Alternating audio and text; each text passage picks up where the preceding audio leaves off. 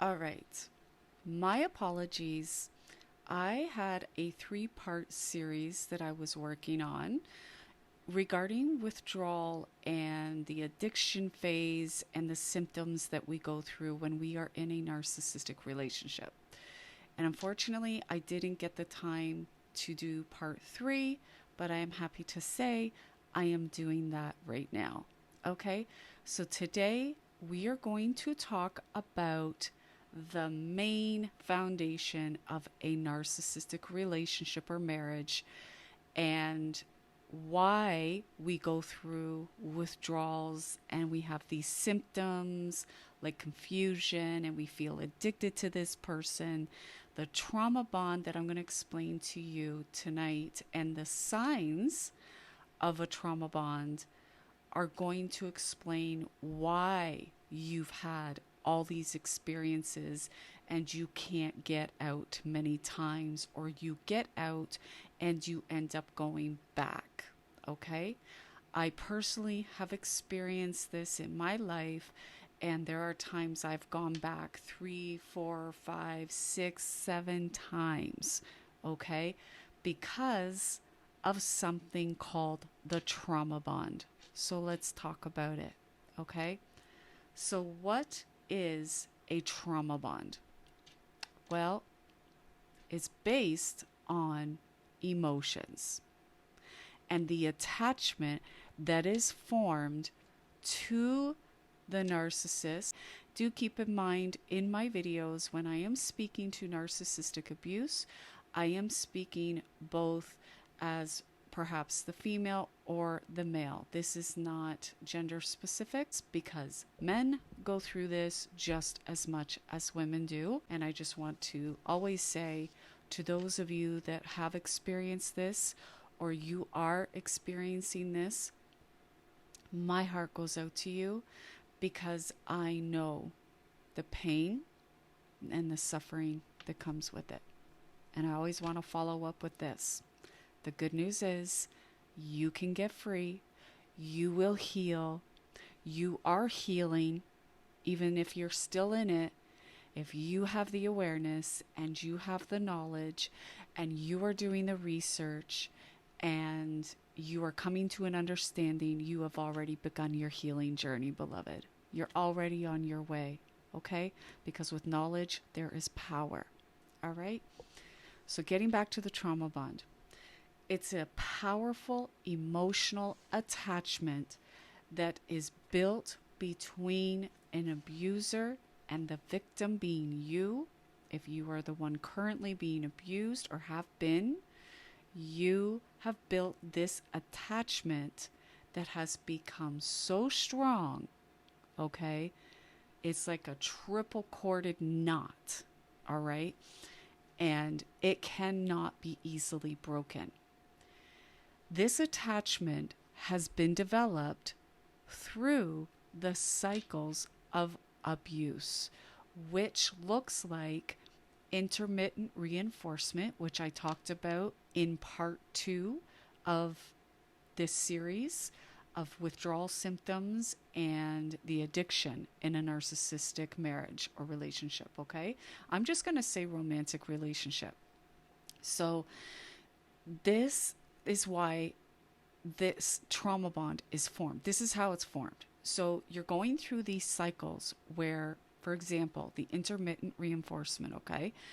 What's happening in that is that you're experiencing these high highs, okay? And I talked how even the sexual experiences, because that often is one of the number one ways you get hooked into these romantic relationships, okay, is it often starts out in the beginning where there's this high intensity of sexuality that is happening between both people, okay? It could be the love bombing stage. Well, sex is a big part of the love bombing stage. It's often going to be more intense than what you have perhaps experienced in other relationships or in another marriage if you've been married before. Okay? It is intense, it is often, and it is very seductive and it's very euphoric, okay?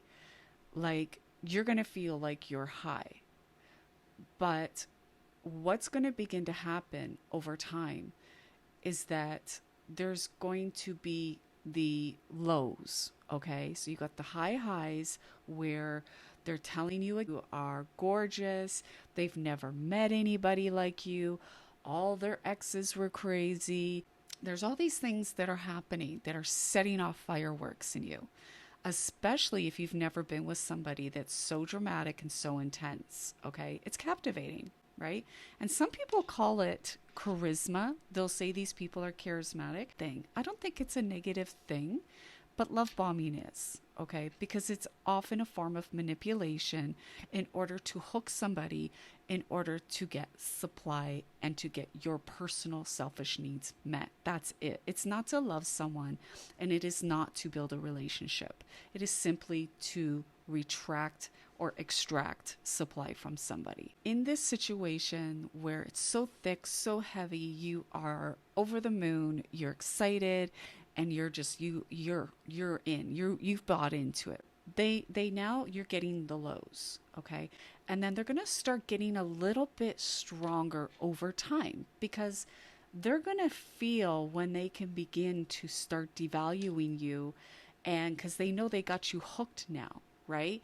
They've told you all the things you wanted to hear in the beginning. Sometimes what they'll do is they'll throw those insults or gaslight you, and next thing you know, you're in this big argument and it's just going in circles and you've forgotten what the original conversation or argument was about.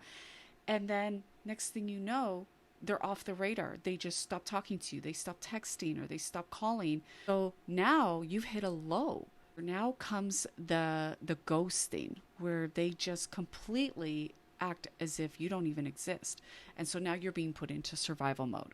Okay, you're wondering what you did. You're going backtracking and, you're just raking things over your mind and trying to figure out what's gone on here. What did I miss? With all of this, the highs and the lows, it has created this strong emotional attachment to this person. Okay, this is where the trauma bond begins to form. The other thing that creates a trauma bond, and we need to talk about this, is the sexual contact. When you're having intercourse with this person, you are attaching to them spiritually. In Christian or biblical conversations around this topic, we would call it a soul tie. You have created a soul tie with this person. And let me tell you, anytime you sleep with someone outside of marriage, I don't care how spiritual you are, you have now created a soul tie with that person. You are now become one flesh with them. So if that person has trauma, you have now attached yourself to their trauma. So now you're wondering, why am I so anxious all the time? Why do I feel far from God? Why do I feel like I have no peace like I used to before I got involved with this person? Well, that's part of the biggest reason, is you have connected sexually to this person and you've created a soul tie. This is why God tells us to not fornicate and to not have sex outside of the marriage bed. Those things that were in them connected to me and my stuff connected to them. And now we have this soul tie that is like so strong. And because there's abuse as well, and these highs and lows, it is only the blood of Jesus that's going to completely set you free. Can I just say that? You may not be a believer. You may not believe in God, and that's okay, because this is not a religious platform. My content is not about religion. It's a personal relationship with Jesus Christ and with God the Father, okay? But I gotta say that for me personally and for many other people, and if you testify to this, put it in the comments below, because I love hearing testimonies like this. But it was honestly, for me, it was God that completely cut it for me, okay? And he can do the same for you. Okay, so let's get back. I need to stay on track here. So That is the trauma bond. So now I'm going to talk about some of the signs that you are in a trauma bond. Okay? So the highs and lows, the first one, I've already talked about that. I'm not going to go into that. The next one is the addictive pull. I talked about that in the second video, the second part of this. I talked about how it feels like an addiction and that it's been proven psychologically and scientifically that it is stronger than a heroin addiction. And how's that? It's the peptides and the chemicals that are released over and over and over again during the highs and the lows of the relationship. So now there's this addictive pull to them. Like I said, you feel like you're addicted to this person. Why is it I know this person is not good for me, that it is abusive, but yet I want them at the same time? It doesn't make sense, and that's why. Because it's all chemical. The other thing that I really didn't talk much about is the confusion. Okay? There is a lot of confusion in a narcissistic abusive relationship. Okay? When you are with a narcissist, there's a lot of confusion. Why? Why do you feel so confused? Why are you confused that you want them but you don't want them? That you go back when you left and you go back, but yet you feel this intense pull? Why do you hate them one day and love them the next? Why do you feel responsible for their pain that they are projecting on you? Why do they cheat? Why is it they're with you and you have this intense, sexual experience with them? Let's just use that example. And yet they're still cheating. They're going somewhere else.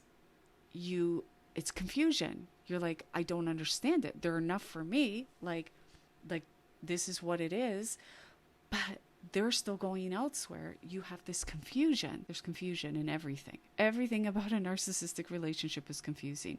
You don't know if it's up or down. You don't know if it's sideways. You don't know what to believe and what's happening. Okay? The other sign. So we've talked about the highs and lows and the cycles that creates. We've talked about the addictive pull. We've talked about confusion just now. I explained all the confusion you feel, right? Things just don't make sense. All right?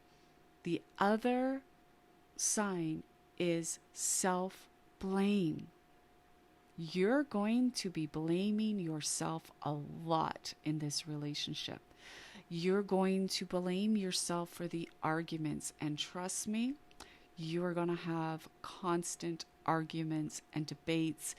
And there will be times where you're going to experience the narcissist rage, whether they are a male or female.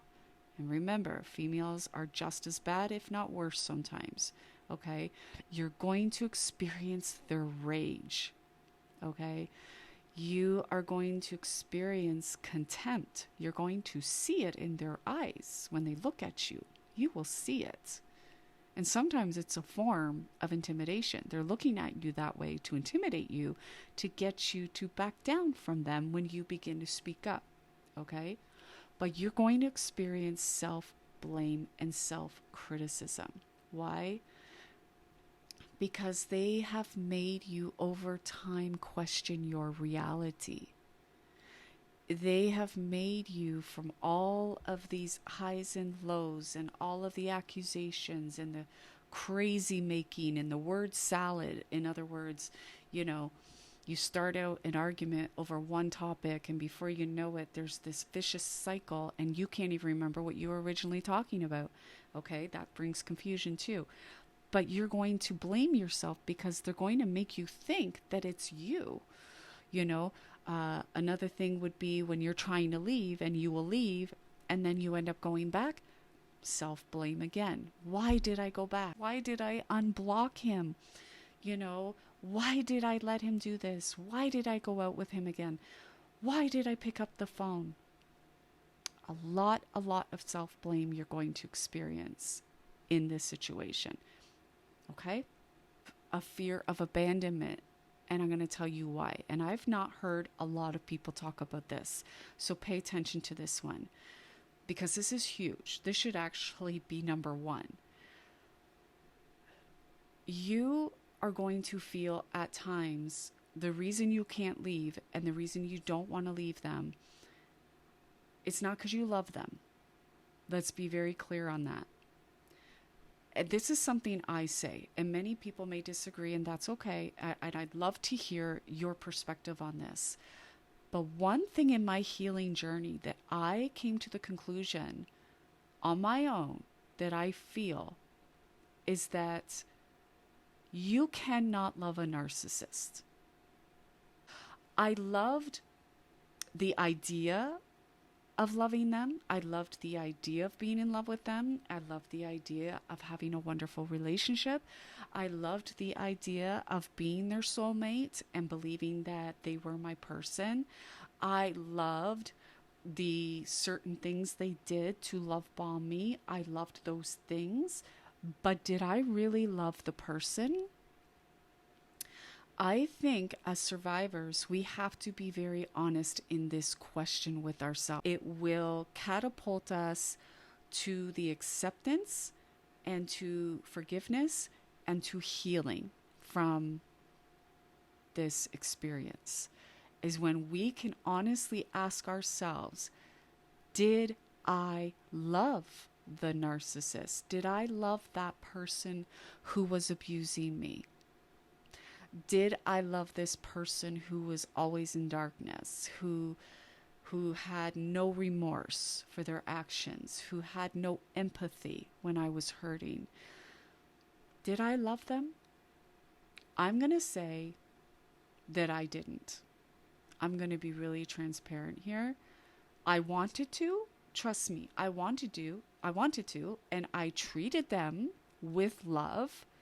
I did things that someone would do for someone they love. Okay, I did all the right things. I showed kindness, I showed grace, I showed mercy and forgiveness every time they hurt me. I did those things that were acts of love, but did I truly love them deep down in my heart? I don't believe I did. And I don't believe it's actually possible to love somebody truly and deeply when they are abusing us and they are such hurtful people. I just don't. And I think a lot of the times we have a hard time walking away is because we have convinced ourselves that we're this all-loving empath and we're this all-loving person and we can't give up on them. Now, to a degree, there could be some truth in that. We obviously have emotions invested. And like I said, we love things about them. We love things about the relationship. But to truly love somebody who intentionally and purposely hurts people and hurt you and hurt your children, how can we love that person? Only God loves unconditionally.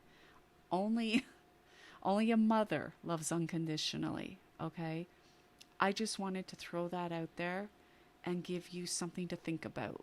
And I would love to hear your comments, what you think about that, if you would like to share. One thing I understand is that real love is not about intensity. It should be calm. It should feel safe. There shouldn't be butterflies 24/7. There shouldn't be anxiety. And I'm going to say this too, that sexually, I've spoken to married people that weren't always married, and one common denominator that these people have told me is that their sexual experience with the person that they loved, truly loved and married, who was healthy and safe, when they found that person, that it was better than any other experience they had ever had. And so we think, because it's so intense and it's so like risky or whatever, or crazy or something that you've never really done, we believe that that's the love. We believe that that means, wow, like I'm connected to this person, when actually it's the opposite. It is. Because their experience is going to be like that with every other person. That's the truth. Because they make it that way. It's all a performance. We are not any more special than anybody else. When a narcissist is involved with someone else, that sexual experience with that person is going to come across just as intense with the next person, because it's them that's performing this and creating it to have this intensity, because they know that's the way to hook the person and how to get someone and manipulate them into a relationship with them. Okay? And I know it hurts to probably hear that, but it's the truth. And the truth is what sets us free. And then the last sign of a trauma bond, okay, is isolation. You are now isolated from family, from friends. You are spending every waking moment thinking, talking, spending time with them, being with them. When you're not with them, you're thinking of when you're going to be with them the next moment. This, my friends, is not love. It is a trauma bond. It's an addiction. And that was created from the highs and the lows, the love bombing, the intensity. Okay? This is what it is. You are 24/7. It's like they're stuck in your mind and you can't get away from it. And now that's because you have become isolated, and they did this to you. They created you to be in this isolation. Why or how? By always causing friction between your outside relationships, okay? Either you're not spending enough time with them, right? Or you're not giving them enough time. You're not answering their calls quick enough. You're not responding by text quick enough. You're not going to visit them as often as you should be. And so you slowly, because you don't want to lose them, because you got that fear of abandonment, right? Because you've got the addictive pull, okay? You will eventually begin to let those other relationships fall to the wayside. And that is isolation, because relationship is important in every area of our life, whether that's with friends, coworkers, your family, your children, your brothers, your sisters. No matter what, we all need relationships outside of our romantic relationship. It's not healthy to just spend all your time with your romantic partner. We need to have outside relationships, but in a narcissistic relationship, you are not going to have that opportunity, okay? And people will notice. People will notice. And if anybody tries to tell you, or hold you accountable and tell you, I've noticed you haven't been calling me as often, or I noticed that, you're not responding to my text messages. Is everything okay? 9 times out of 10, if you're in deep with this person, you're going to get defensive. And you will probably end up not talking to them for a while. Okay? So those are the signs that you're in the trauma bond. I explain the trauma bond. And in my next video, I'm going to make a new video on how to break that trauma bond or that soul tie. Okay? Because there is a psychological component and there is also a spiritual component. All right? So I hope this has helped you. I hope you've gotten some good information. Come back and listen to the video again if you need to take notes. But these are important things to know. And the trauma bond is basically the foundation of narcissistic abuse. Okay? And it's important to understand it. It's important to see the signs. And the number one thing is going to be to break it. And so I hope you'll come back for that video and watch. Okay? God bless you and take care.